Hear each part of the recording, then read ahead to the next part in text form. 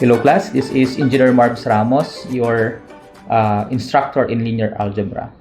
So today we will continue our discussion on system of linear equations. So the last time, ang discussion natin is finding the solution set. So hopefully ay nakapag-practice na kayo solving and finding a solution or a solution set of a system of linear equations. So for today, let us continue our discussion and we will be discussing linear systems. Okay, so a finite system of linear equations in the variable x sub 1, x sub 2 up to x sub n is called a system of linear equations or linear systems.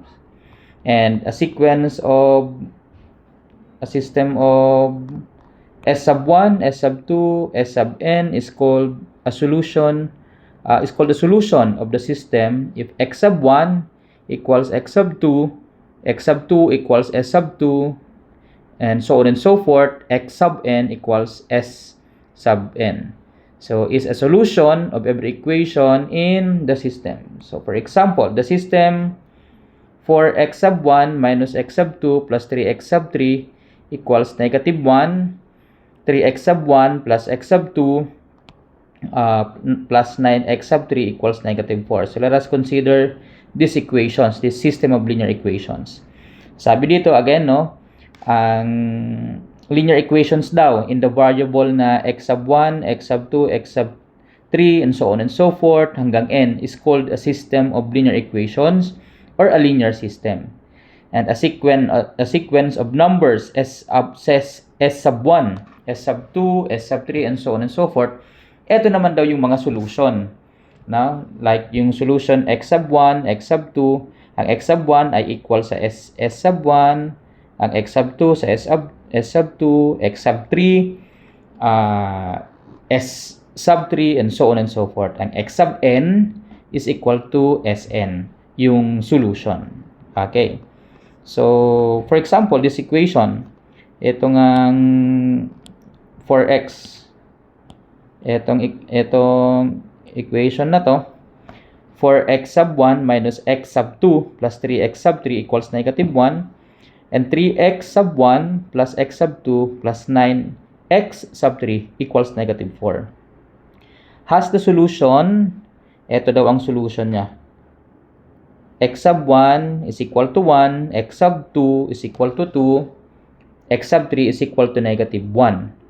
So, since these values satisfy both of the equations. So, pag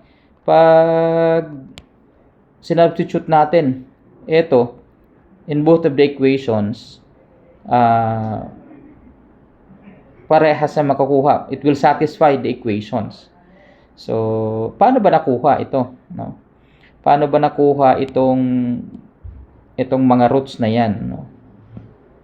Itong mga roots na to, paano ba yan nakuha? So, subukan natin i-solve. Okay. So, meron tayong dalawang equations. Ito siya. With 3 unknowns. Ilan ang unknown na variable? 3. X sub 1, x sub 2, x sub 3. Okay. So, meron tayong 3 unknowns. X sub 1, x sub 2, x sub 3. Okay. So, mas madali sana siya kung meron kang 3 equations, 3 din kung 3 unknowns, 3 din ang equations. Pero ito ay 3 unknowns, dalawa lang ang equation. So, let us use elimination method to solve for this equation. Let's use elimination by addition. No? Let's try to solve this equation by elimination by addition. Okay, so we have 2 equations. For x1, we have 4x sub 1.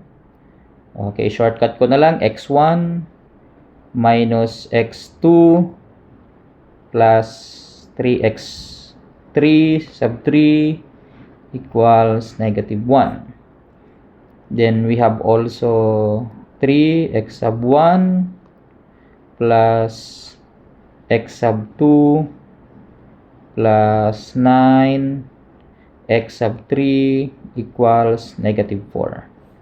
So we will be using elimination by addition. So if you will notice, if we will use elimination by addition, may eliminate agad tayong isang variable. Okay? Anong variable yon? Yung x sub 2. Kasi pag inadd mo yan, eliminated agad siya kasi isang negative x sub 2 tapos positive x sub 2. Kaya ang pag inadd natin yan, magkakaroon tayo ng equation na 7x sub 1, ito talang matitira, 7x sub 1, ito eliminated na, plus 12x sub 3 equals negative 5. Pag inadd mo naman yung constants, no? Yung negative 1 plus negative 4.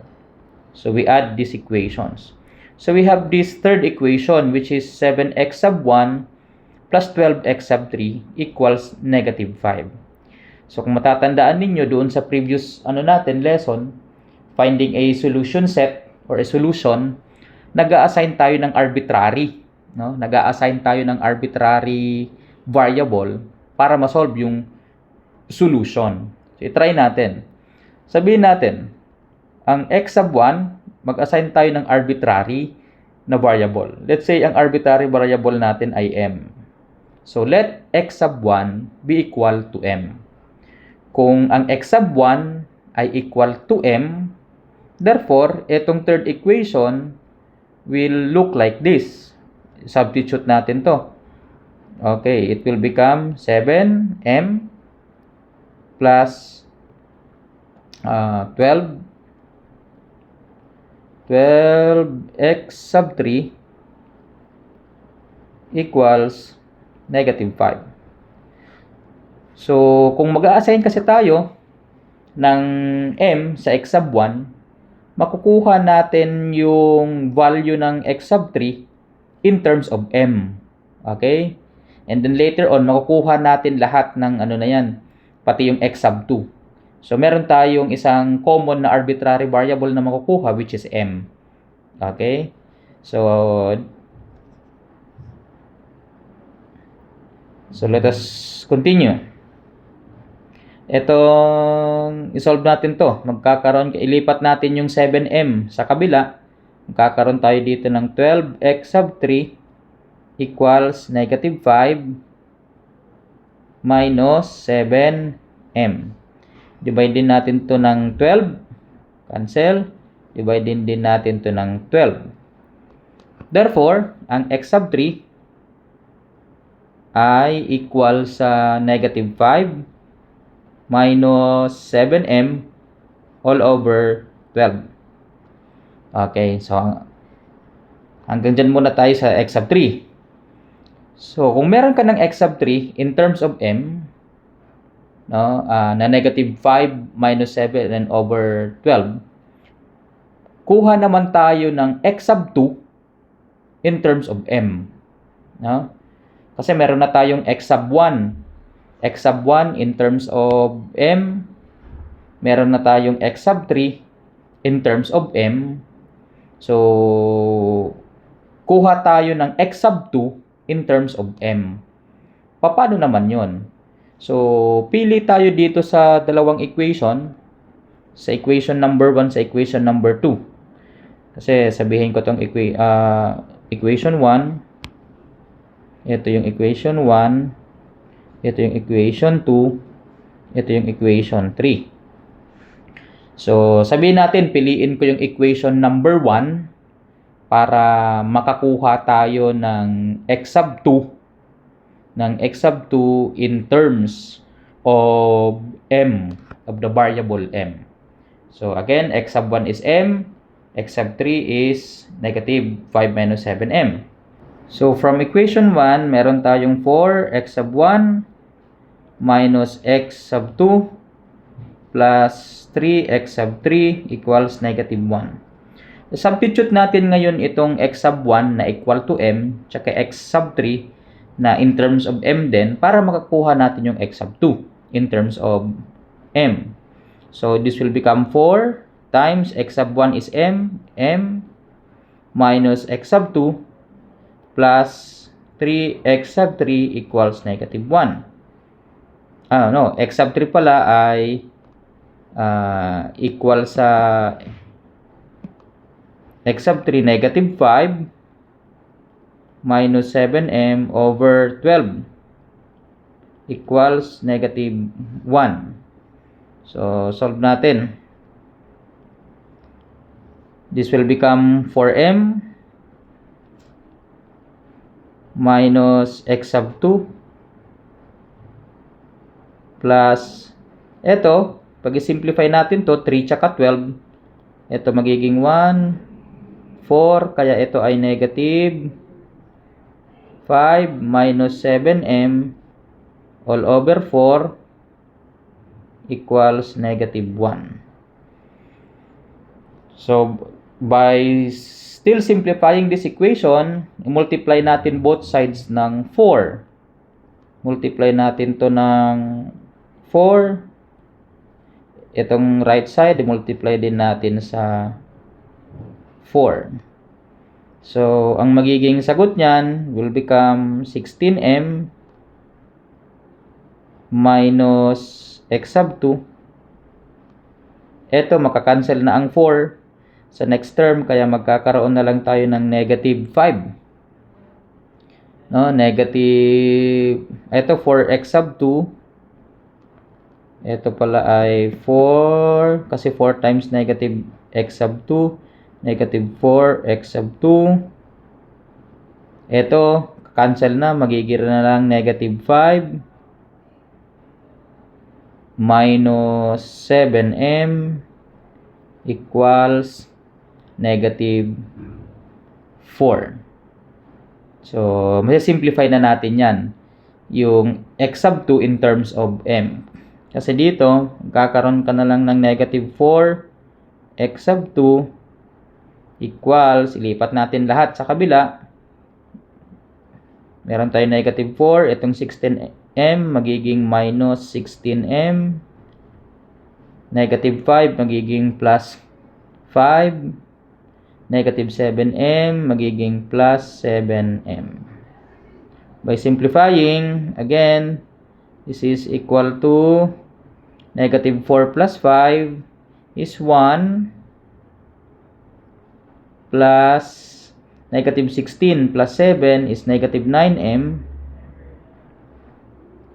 Ito, negative 4x sub 2. So, i-divide ko to ng negative 4. Cancel. Divide ko din to ng negative 4.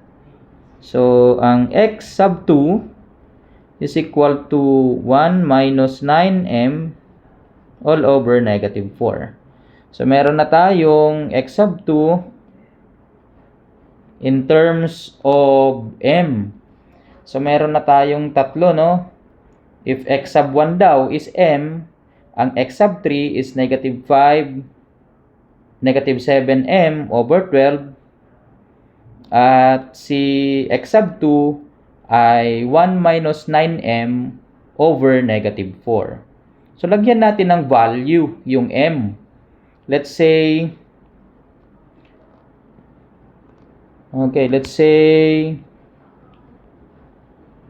m is equal to 1. If m is equal to 1, then sa x sub 1 natin is equal to m.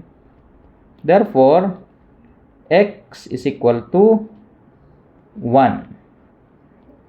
X sub 1 is equal to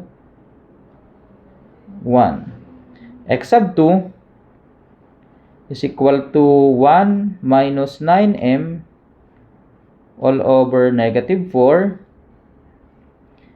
This is equal to 1 minus 9 times 1 all over negative 4 equal to 1 minus 9 over negative 4.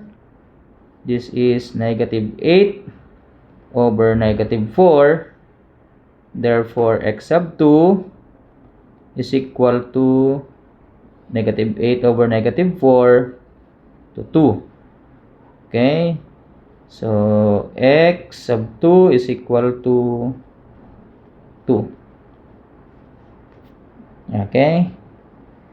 Then, x sub 3 naman. Based doon sa nasolve natin, si x sub 3 is equal to, ano ngang solve natin? X sub 3 ay negative 5, negative 7, m over 12. X sub 3 is negative 5, negative 7m all over 12. So this is negative 5 minus 7 times 1 all over 12. So this is equal to negative 12.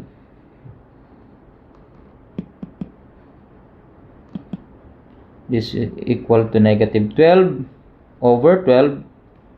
X sub 3 is equal to negative 1. For x sub 3 is negative 1. So, nakuha natin yung value ng x sub 1, which is 1. X sub 2, which is 2. X sub 3, which is negative 1. So, yun yung eto. Okay, na x sub 1, 1, x sub 2, 2, and x sub 3, negative 1. So, both of these solutions, no, sa x sub 1, x sub 2, x sub 3, will both satisfy, no, will both satisfy this equation. Okay, so, halimbawa, sa equation number 1, for x sub 1, pag sinubstitute natin yan, it will satisfy the equation.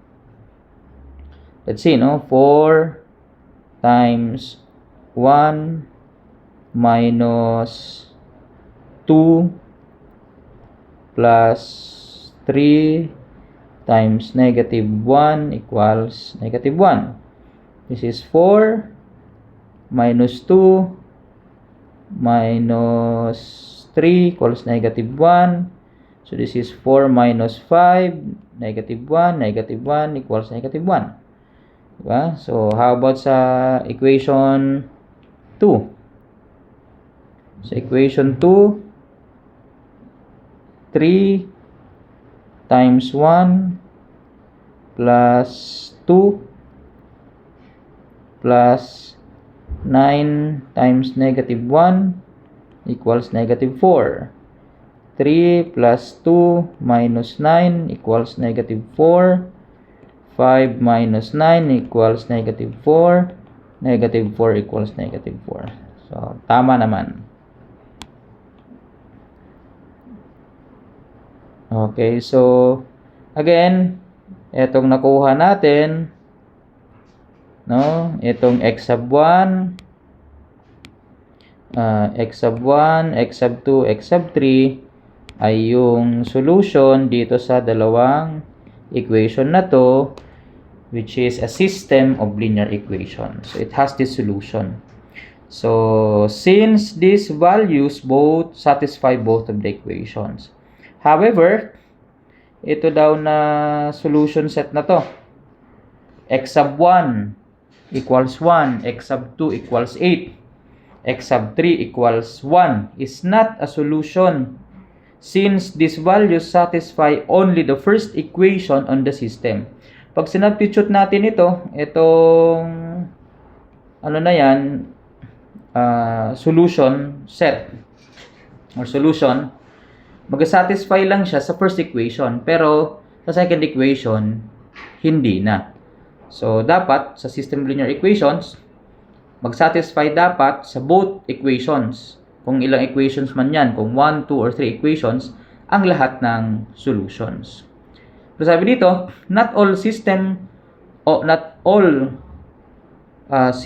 linear equations, not all system of linear equations have solutions. For example, if we multiply the second equation of this system, etong equation na to, etong itong equations na yan, pag multiply daw natin itong second equation ng 1/2, okay, by 1/2, it becomes evident that there are no solutions since the resulting equivalent system would be, so kung x plus y equals 4, pag dinivide natin to ng 1/2, itong second equation, magiging na siyang x plus y equals 3, which is contradictory. Kasi nga, ang x plus y equals 4, tapos yung second equation mo, x plus y equals 3. So, no solutions daw itong system na to. This system of linear equations, okay, there are no solutions. Or because it has contradictory equations. So, a system of equations that has no solution is said to be an inconsistent. Okay, it is called an inconsistent equations. If there is at least one solution of the system, it is called consistent. Okay, so inconsistent and consistent. Kung walang solution, it is inconsistent. Kung merong at least isa, it is consistent. To illustrate the possibilities that can occur in solving system of linear equations, consider a general system of two linear equations in the unknown x and y. So, halimbawa dito, yung ito, pinalitan lang muna natin, ito yung ginagamit natin sa linear algebra, no?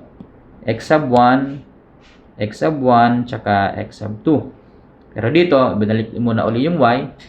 So, for example daw, sa itong equation na may unknown na x and y, a1x plus b1y equals c1. Remember that a1 and b1 should not be both 0. And a2x plus b2y equals c2, na dapat ang a2 at b2 din should not be equal to 0. I-consider muna natin itong equation na to para makita natin sa graph later, sa graph sa x and y axis. So the graphs of these equations are lines. Let us try to call them line 1 and line 2. Since a point xy lies on a plane, if and only if the numbers x and y satisfy the equation of the line. So the solutions of the system of equations correspond to points in the intersection L1 and L2. So, there are three possibilities. Pag grinaph daw natin itong equation, if ever, there are three possibilities na illustrated in figure 1.1.1.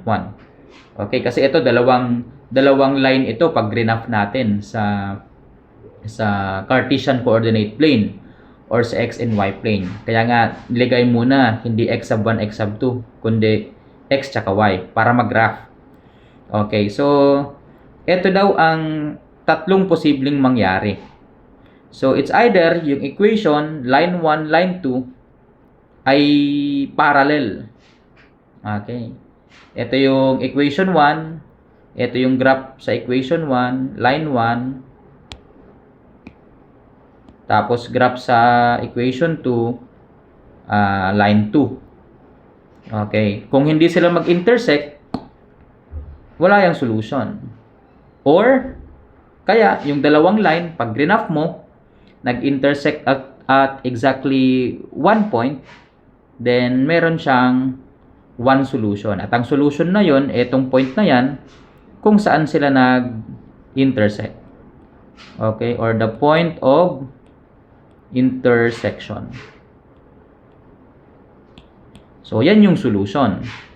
Or, yung dalawang equation, pag sinimplify mo, parehas lang sila, no? Yung line 1 o line 2 or yung equation, yung line ng equation 1 at equation 2 ay parehas lang din naman. They will have infinitely many solutions. Kasi mali natin, pag sinimplify mo yung equation, parehas lang din naman pala yung mga variables. I mean, yung mga numerical coefficients ng variables pag sinimplify. So, definitely, they are just the same equations. Okay, so the lines L1 and L2 may be parallel.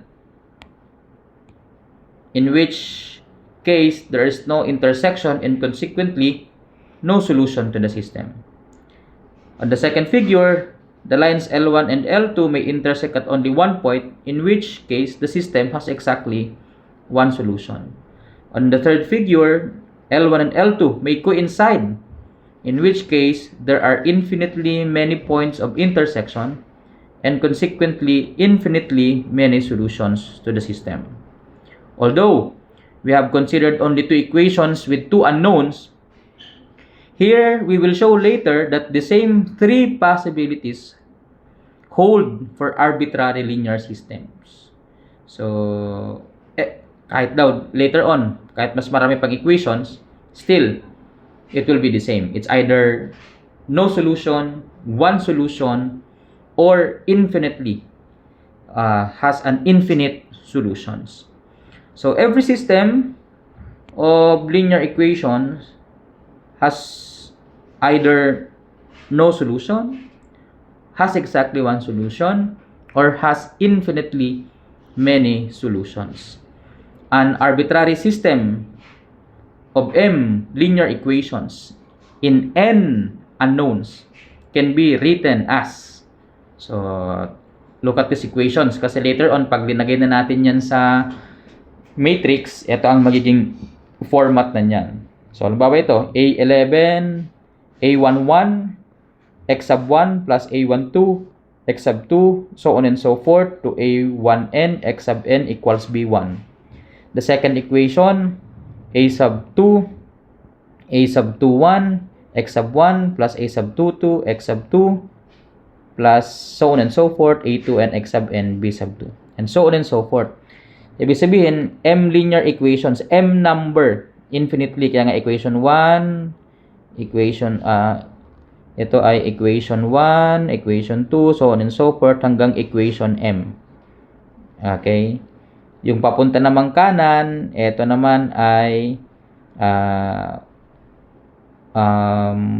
numerical coefficient 1, numerical coefficient 2, numerical coefficient 3, so on and so forth, hanggang numerical coefficient n.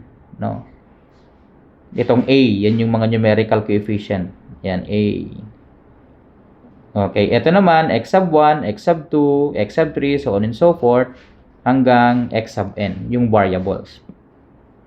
So, ito na daw ang arbitrary system of linear equations in n unknown, in m linear equations in n unknowns can be written as in this format. N unknowns, kaya nga x sub n. Okay, kasi n unknowns na siya. Okay, then am kasi yung number of equations.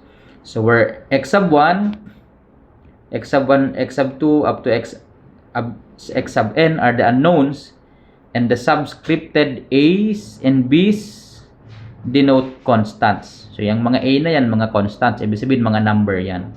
For example, a general system of 3 linear equations in 4 unknowns. Ito, no, 3 linear equations in 4 unknowns can be written as, tulad nito, itong A11. Ibig sabihin lang nito, A1, itong subscript na 1, puro yan 1, 1, 1, 1, 1. Ibig sabihin, nasa, ano yan, first equation. Okay, tapos ito naman, makikita mo naman, ito progressing, no? 1, 2, 3, 4. Ibig sabihin, yan naman yung corresponding doon sa number of unknown. Halimbawa, kung x sub 1 yan, 1 to. Kung x sub 2, ito naman ay 2. Kung ito ay x sub 3, ito ay 3. X sub 4, ito ay 4. Kaya kumbaga, ito ay sa first equation, yung unang subscript, tapos yung second na subscript ay kung saan siya naka coefficient. I mean variable. So the double subscripting